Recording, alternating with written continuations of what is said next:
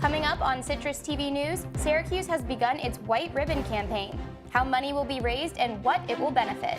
The university is considering increasing the on-campus housing requirement to 3 years. Why propose the change and how students are reacting. Freezing temperatures from this weekend have moved out, but now rain is on the way. And how much longer will these warmer temperatures stick around? Citrus TV News starts right now. This is Citrus TV News live at 6, your campus news leader. University Lecture Series continues tonight with a famous photographer. I'm Amico. And I'm Brooke. Glatz. Brandon Stanton created the photography blog Humans of New York and will speak tonight in Goldstein Auditorium at 7:30. Citrus TV News reporter Jason Chen is live in the Schine Student Center to tell us more. Jason? That's right. Thank you, Alex and Brooke. Tonight, the founder of Humans of New York, Brandon Stanton, will be here to talk with students here at Syracuse University. As you can see right next to me, more and more students are started lining up outside the Goldstein Auditorium to see the photographer and writer behind the popular blog. Back in 2010, Stanton started his photography project, Humans of New York, with the goal of taking pictures of over 10,000 New Yorkers. After he posted all of the photos online, it became an internet phenomenon. Over the past 5 years, he has expanded to tell stories from over 20 countries all over the world.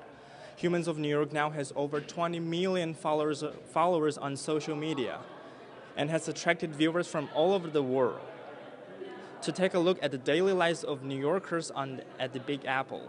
Tonight's lecture is part of the Universal Lecture Series and is sponsored by University Union. Tonight, Stanton will be giving a talk to students on campus to talk about his life and his passion for telling stories of ordinary people. Reporting live at the Schine Student Center, I'm Jason Chen, Citrus TV News. Thanks, Jason. New at 6, Chief Facilities Officer Pete Sala announced updates on construction via email earlier today. The Campus Framework website will be updated with information on more than 150 projects scheduled for summer break. Construction on the outside of campus will begin as early as next month. The largest utility project of the summer will be improvements to Waverly Avenue. The annual Take Back the Night rally, march, and speak out is this Wednesday. Take Back the Night aims to raise awareness about sexual and relationship violence. It also encourages the campus community to come together to speak out against such abuse and support victims and survivors. Take Back the Night begins Wednesday at 7 p.m. in Hendricks Chapel. The Whitman School of Management's online MBA program has been ranked 10th globally by the Financial Times. The program was also ranked 6th here in the U.S. The online program is taught through a live platform that allows students to obtain an MBA without relocating or putting their careers on hold. Graduates get the same Whitman degree as on-campus students. The housing lottery for next year opens after spring break. While juniors and seniors have typically had the option to move off campus, the university is considering extending the mandatory on-campus residency period to 3 years. Citrus TV reporter Sabrina Maggiore has the story. Syracuse University is considering requiring students to live on campus for a 3rd year. The 3-year residency shift would be a part of the initiative to re-envision SU housing that was first announced in Campus Framework last spring. SU students have some mixed feelings about this proposed 3-year minimum. I think that's a bad idea because it seems like there's not enough room for everyone anyway because they had to add a new building on Marshall. Plus not that campus housing, I mean it is overpriced and living off campus for a lot of people is more affordable. So people should be given that option. Currently, all freshmen and sophomores are required to live on campus unless they obtain a waiver. Juniors and seniors are permitted to seek housing off campus. I'm going to study abroad my 3rd year, but if I don't study abroad, I definitely would probably want to go off campus. So the idea is part of the move to relocate campus housing from South to main campus. In the current draft of the campus framework, at least 900 new beds will be added to Main. The framework also suggests relocating 2,700 beds from South. If you get South, you just have to live on South. There's not really much you can do about it, but personally I think it's inconvenient because it's just so far to get to your classes. You have to take the bus or get a car on campus, so it's a bit of a hassle. Officials stress that this idea is only in its preliminary phase and will likely take many years to implement. They also state the changes are all dependent on funding and support from the campus community. Sabrina Maggiore, Citrus TV News. Well, Alex, temperatures got up to the 50s today. Our Citrus TV cam was outside and we saw some sun creeping through the clouds. Citrus TV weather anchor Rebekah Castor is here to tell us what we can expect for the rest of tonight. Thanks, Alex and Brooke. The warmer temperatures today was definitely a nice change after the near 0-degree temperatures we saw this weekend. Right now we're looking at 45 degrees with partly cloudy skies and a 50% chance of rain tonight and a low of 38 degrees. Taking a look at our Doppler radar, we'll see quite a bit of rain is coming our way. I'll tell you just how much rain we can expect here tomorrow in Syracuse coming up on Citrus TV News. Thanks, Rebekah. Governor Cuomo has announced a program that will help former inmates join their families in Syracuse public housing. Cuomo says the former inmates will be carefully screened and that this program will drastically reduce the chances they commit a second crime. And a new report says healthcare jobs in New York State are increasing more than any other sector. The University of Albany report says home care jobs more than doubled between 2000 and 2014, and health positions increased by 30%. Healthcare is one of the largest employers in Syracuse and accounts for about 12% of all jobs in New York. Coming up, Syracuse is starting its White Ribbon campaign. Citrus TV reporter Jenna Babyak will explain how the school is raising awareness about violence against women. And North Korea launches a missile into Japanese waters. How did Japan's Prime Minister respond? And what was the cause of this launch? All of this and more coming up next.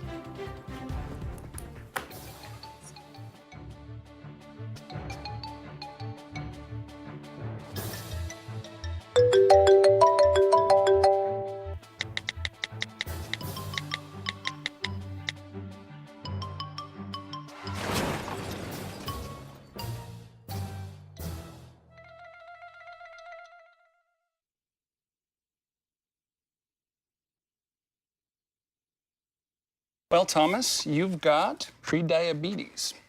But with more exercise and a change in diet, it can be reversed. I've tried exercising. It just makes me hungry for bacon. I love bacon, too. And who really likes to exercise? Not me. Me neither. Nobody. So we're good? What? Oh, you still have pre-diabetes. Big time. They told me a bottle couldn't dream. That I would never become a superhero.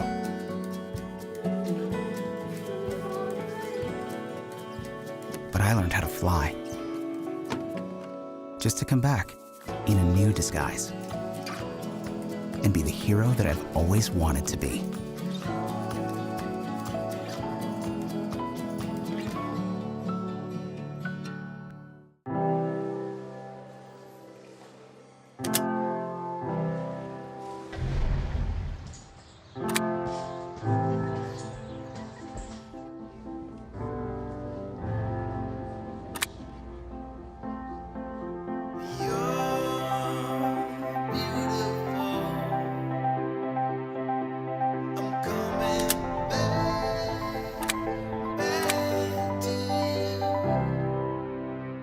You're watching Citrus TV News with Alex Amico, Brooke Glatz, and Rebekah Castor with weather.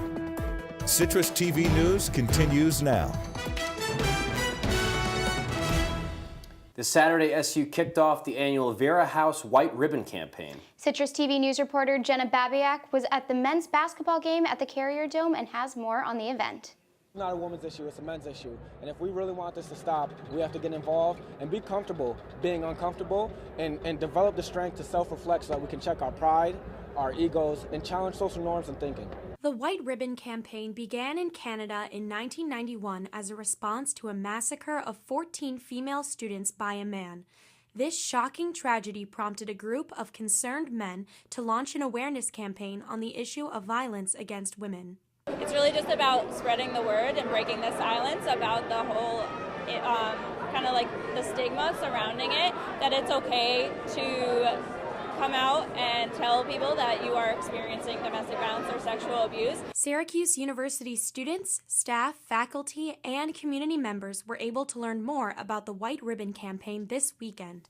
The Vera House organized the local campaign, which runs throughout the month of March. Student volunteers were at each entrance, collecting donations and handing out wristbands. Vera House representatives were on the back court hosting information tables. The Vera House has been working to end domestic violence in Onondaga County for almost 40 years. This year, they're hoping to reach their fundraising goal of $125,000. Money raised from the campaign supports Vera House education and awareness programs. We're thrilled to be here at the Dome today. We're reaching a lot of people that we typically wouldn't be able to reach, a lot of different members of the community that may not know what we're doing at Vera House. So creating more awareness around these issues is great. The Vera House encourages everyone to build awareness and excitement for the White Ribbon campaign. Participants can do so by promoting the campaign through social media and encouraging everyone to wear their white ribbon. Jenna Babyak, CitrusTV News. The president signed a new travel ban today, which temporarily halts entry for people from 6 Muslim-majority countries. The order today addressed legal issues that came around from the original order, which was struck down in federal court. The original order banned people from 7 countries. However, Iraq was not included among the banned countries in the new order. Attorney General Jeff Sessions says he thinks the new ban is lawful. This Department of Justice will defend and enforce lawful orders of the President consistent with the core principles of our Constitution. The executive is empowered under the Constitution and by Congress to make national security judgments and to enforce our immigration policies in order to safeguard the American public. The Supreme Court returned a transgender teen's case to a lower court without reaching a decision today. The court chose to not decide if a federal anti-discrimination law gives high school senior Gavin Grimm the right to use the boys' bathroom in his Virginia school. Grimm's school district banned him from using the bathroom of his choice, but the Fourth Circuit Court of Appeals allowed him to do so. Many civil rights groups are upset at the decision, saying this delays justice for trans children across the country.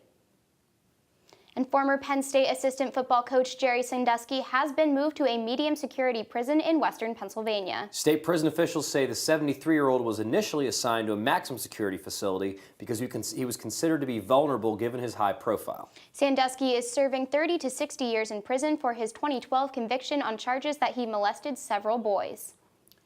TSA has a new pat-down protocol. Officials say that this new method is more comprehensive and may involve an officer making more intimate contact with you. Previously, TSA could choose between 5 different pat-down techniques. Now there's only one. Officials said they will streamline the process. This comes in response to an audit conducted by Homeland Security that showed TSA security has a high failure rate for detecting items like guns and knives. South Korea, Japan, and the U.S. spent today reacting to the North Korea early this morning missile launch into Japan waters. South Korea says the test launches appear to be a reaction to military drills that the North insists are an invasion rehearsal. The ramped-up tests come as leader Kim Jong-un pushes for a nuclear and missile program. This could deter what he calls U.S. and South Korean hostility towards the North. While the U.S. and South appear to be taking fast action, Japanese Prime Minister Shinzo Abe says, quote, Japan will steadily collect and analyze information. In addition, Japan lodged a strong protest against North Korea. Today's launches of ballistic missiles clearly represent a new threat from North Korea. Coming up, New York doctors are suggesting delaying cutting the umbilical cord. We'll tell you why and for how long they now say you should wait. And later in sports, David Edelstein joins us with a recap of men's basketball senior day against Georgia Tech as the Orange get ready for tournament season. This is the story of a boy who didn't talk for a long time. The boy liked things to always be the same. Any changes would scare and upset him. The unknown was an unfriendly place. The boy was very sensitive to lights and sounds. So he built secret hiding places where they couldn't get in. The boy didn't like looking people in the eye. He wasn't trying to be mean, it just made him feel uncomfortable. Sometimes he would flap his arms again and again. One day, I found out I have something called autism. My family got me help. Slowly, I found my voice and learned all the ways I could live with it better. Early intervention can make a lifetime of difference. Learn the signs at autismspeaks.org. Every time I hear the alarm bell go off in school, I think it's an air raid. A lot of houses in our neighborhood have been destroyed. I like to close my ears and sing songs whenever the bombs come close. I'm worried our new neighbors won't like us. But I know it's all gonna be worth it. I just want my family to be safe. But these are not my words. These are not my words. These are not my words.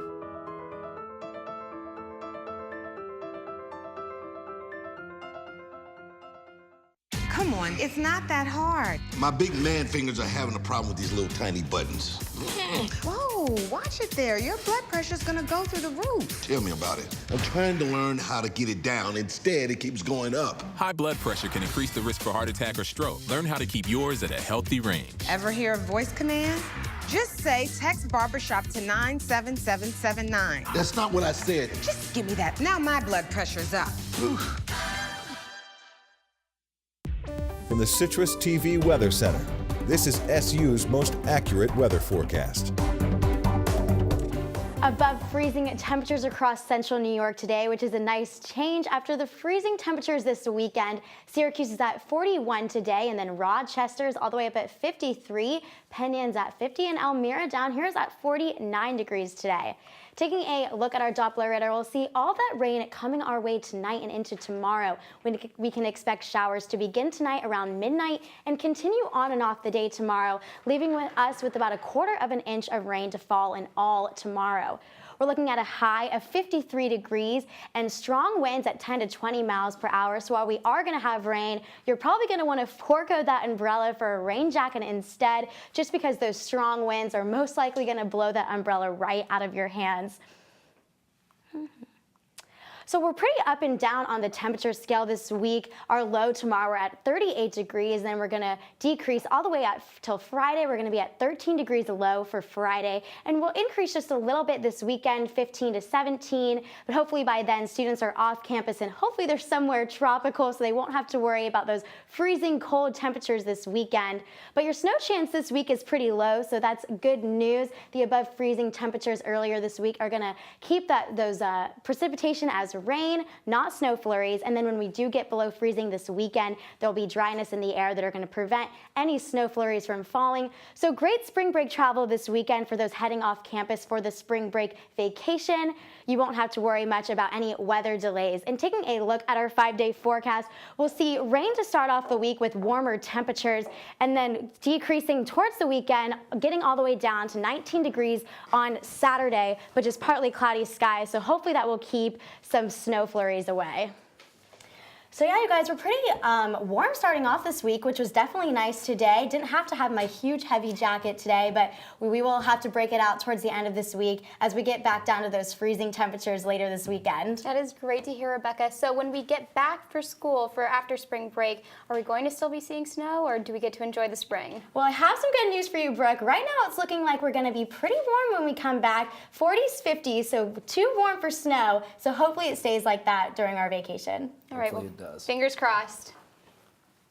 Experts are recommending delaying umbilical cord cutting. The American OBGYN professionals say to wait at least 30 to 60 seconds before clamping and cutting. A growing body of research shows newborns could benefit from additional blood and nutrient flow through the placenta after birth. This could affect development, especially in infants born early. Students traveling between Syracuse and Rochester on the New York State Thruway for spring break should prepare for traffic delays. National Grid is replacing overhead power lines along Interstate 90 between 2 exits southeast of Rochester. The work will require periods of traffic slowdowns. These slowdowns are not expected to last more than 15 minutes in both directions. The slowdowns began today at noon and will continue until Sunday. And your trip home for spring break will cost you a little more this year. Gas prices in the U.S. have increased by 50 cents per gallon since this time last year. 1 year ago, the national average for prices on gas was $1.81. And now the average gas price in Syracuse is currently $2.32. This is still 1 cent less than last week. And coming up on sports, the men's lacrosse games have been coming down to the wire. Now the Orange plays in its first conference game of the season. How that went down, Syracuse basketball, highlights, coach sound, and more on the way. Don't touch the remote. Fancy pants peanut butter? A big screen television? You haven't even bought a sofa yet. A motorcycle? When your father finds out, he's gonna flip his shoes with 2 buckles? What do you even need 2 buckles for? Mr. Big Shot, buying whiskey shots for everybody in the bar. From the looks of it, I'd say nobody even remembers. Feed the pig. Hey, Hard, what's this? That's my resignation letter. You're resigning? Why? Because you're constantly ignoring me. You're half as active as you used to be, and you get stuff like this. You've been putting me under a lot of pressure lately. That's why I'm ready to quit. I forgot. I'll do better. Please, don't quit on me. Okay. But remember, it's not what you say. It's what you do. Listen to your heart. Don't let it quit on you. Let's go for a walk. Uncontrolled high blood pressure could lead to a stroke, heart attack, or death. Get yours to a healthy range before it's too late. Hey, look, it's those guys. Are you good to drive? I'm fine. How many did you have? I should be fine. You should be. Go and step out of the vehicle for me. See ya, buddy. Good luck. So turns out, buzz driving and drunk driving, they're the same thing, and it costs around $10,000. So not worth it. They told me a bottle couldn't dream. That I would never become a superhero.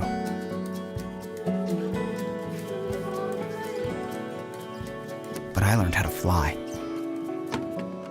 Just to come back in a new disguise. And be the hero that I've always wanted to be.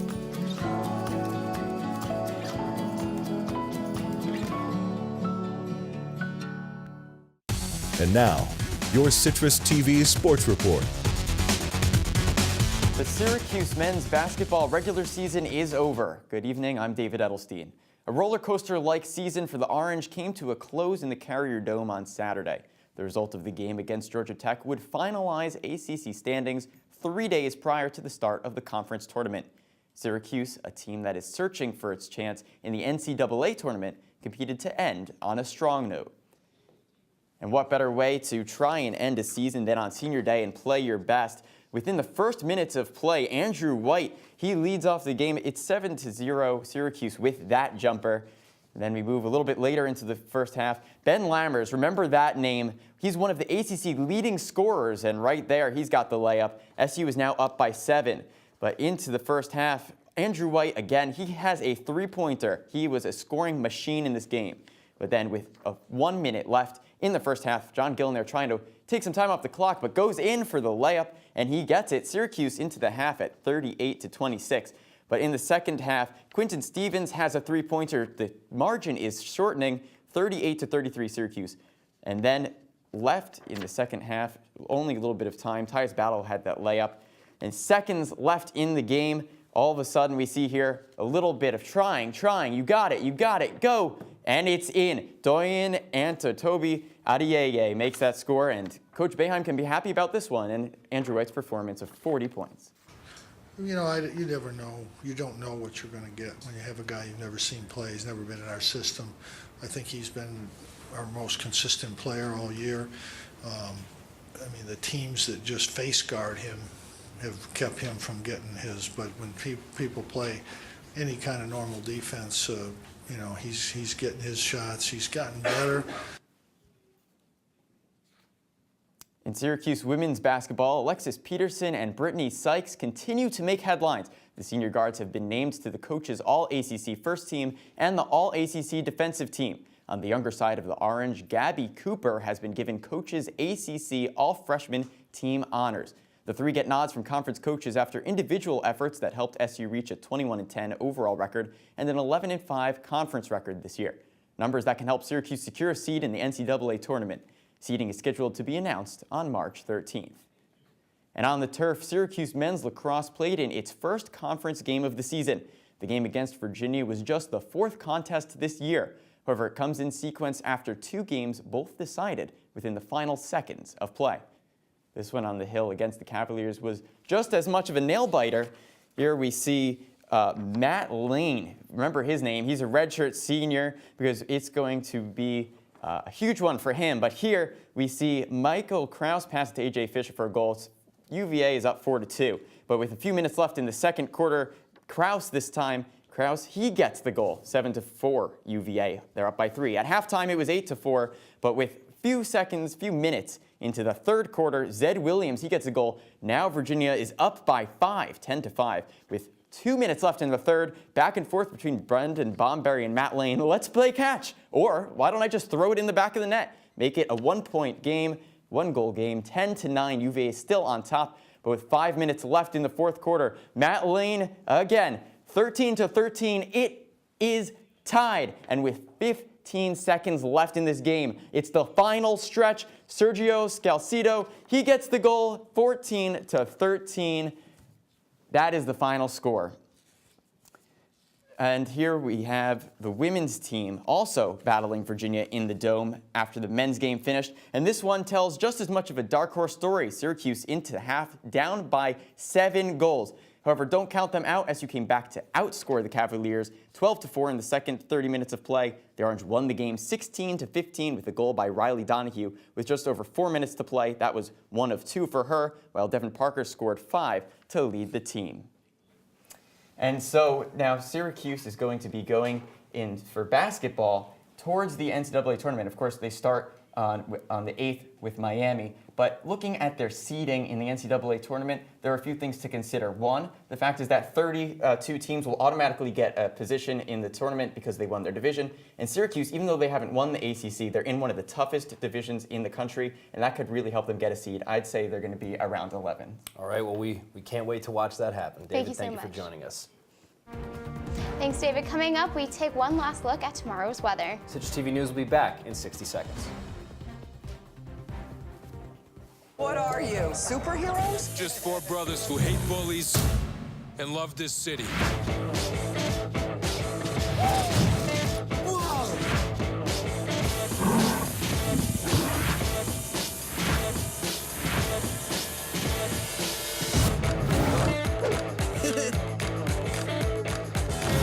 Gear up, guys.